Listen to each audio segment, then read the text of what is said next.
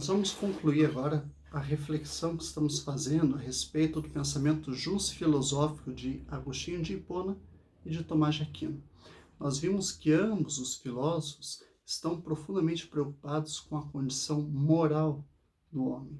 Isso explica porque eles desenvolvem toda uma teorização a respeito da natureza humana, da liberdade humana, das virtudes e das leis, porque é uma característica do cristianismo, ao longo da sua tradição milenar, a preocupação com a conduta humana. Há uma tentativa de adequar a conduta do homem àquilo que é esperado pela tradição cristã. Quem inaugura essa nova percepção, essa nova preocupação a respeito da conduta humana é Paulo, São Paulo, ou Paulo de Tarso, um dos primeiros apóstolos da tradição cristã, um apóstolo do século I da era cristã. Paulo viveu no tempo de Cristo, embora nunca tenha se encontrado pessoalmente com ele. São Paulo, ele inaugura uma nova concepção a respeito da justiça. Segundo Paulo, o homem justo é aquele que vive pela fé, é aquele que cumpre os mandamentos da lei divina, como se não houvesse lei. Para Paulo, o homem justo é aquele que faz o que deve fazer, independente de uma ordem externa. O homem justo sabe o que deve fazer, porque dentro dele, no seu coração, está a lei, e ele vive pela fé. Essa perspectiva inaugurada por Paulo vai ser decisiva para os filósofos posteriores, que vão se desenvolver em torno dessa base paulina.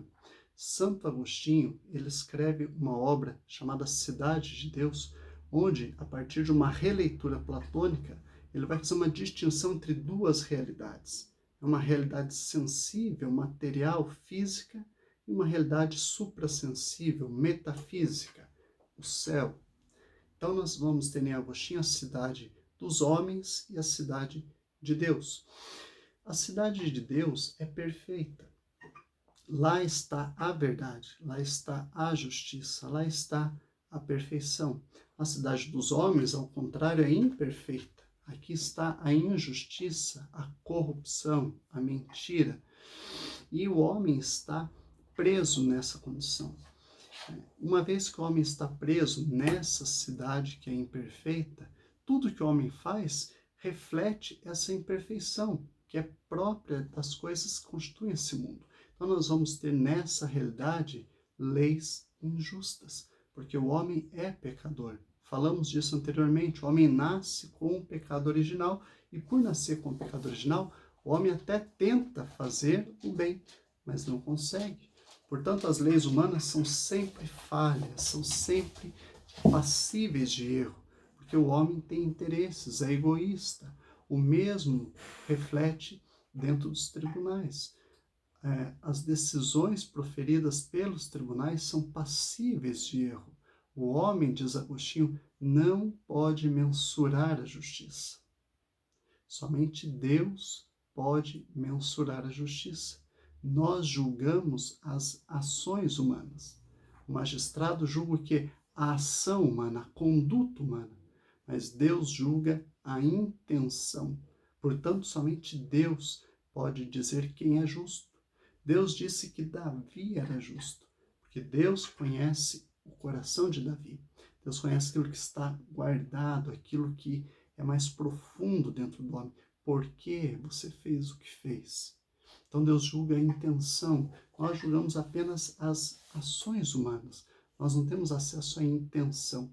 Isso faz Agostinho acreditar que toda sentença humana é injusta, é falível, é passível de erro, por conta dessa limitação a qual o homem está condicionado.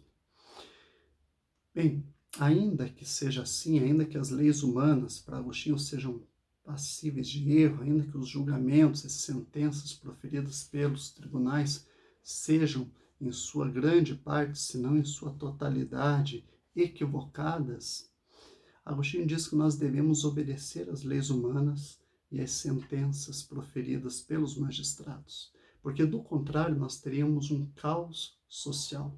Então, em nome da ordem social, para que possamos viver bem na medida do possível, se faz necessário respeitar as leis, por mais falhas que elas sejam.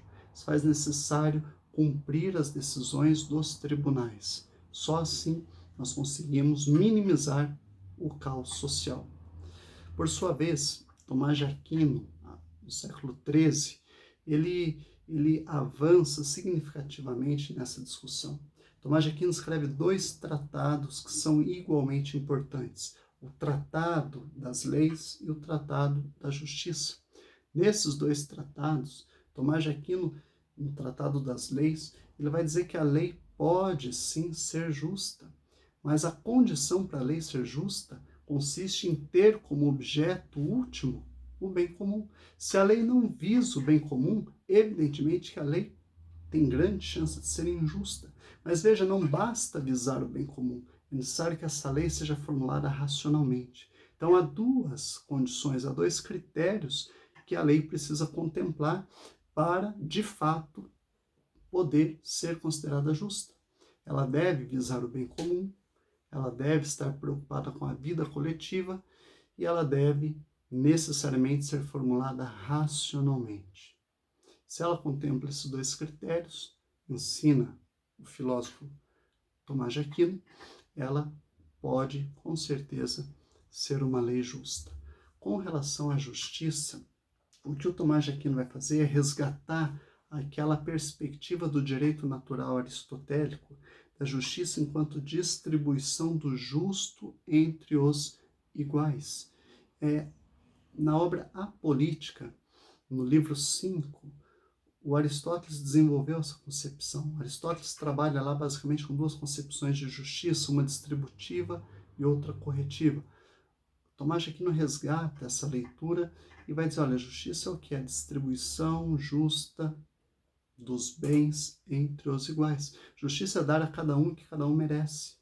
Justiça é não dar mais e nem menos, mas dar a medida certa para cada uma das partes. Por isso a importância dessa ideia de balança, para que a gente possa mensurar, medir quanto cada parte merece. E como que eu consigo medir o justo? Como que eu consigo medir qual é a parte que cabe a cada um?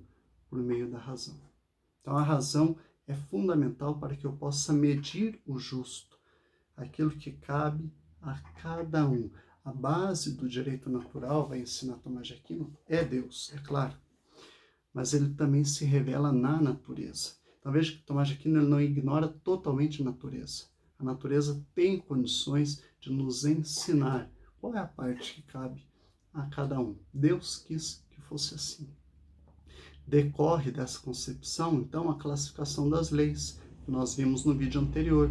Tomás de Aquino vai dizer, olha, para que nós possamos distribuir de forma justa a parte que cabe a cada um, nós precisamos organizar as leis. E aí a lei eterna, a lei natural, a lei humana e a lei divina. Bem, concluímos assim o pensamento justo filosófico de Tomás de Aquino e de Santo Agostinho de Hipona. Espero que vocês tenham gostado dos vídeos, leiam os textos e pensem a respeito disso. Em que medida o direito hoje ainda reflete essas preocupações inauguradas por Agostinho e por Tomás de Aquino? Uma coisa que eu penso bastante é em que medida hoje nós conseguimos proferir sentenças justas dentro de um tribunal. Em que medida nós conseguimos aferir, de fato, que aquela decisão emitida por um magistrado é uma decisão justa. Em que medida nós julgamos a ação do réu e esquecemos da intenção? Ou em que medida nós tentamos julgar a intenção, mas esquecemos que a intenção muitas vezes está oculta e nós acabamos não tendo acesso a ela. Um grande abraço e até o nosso próximo vídeo.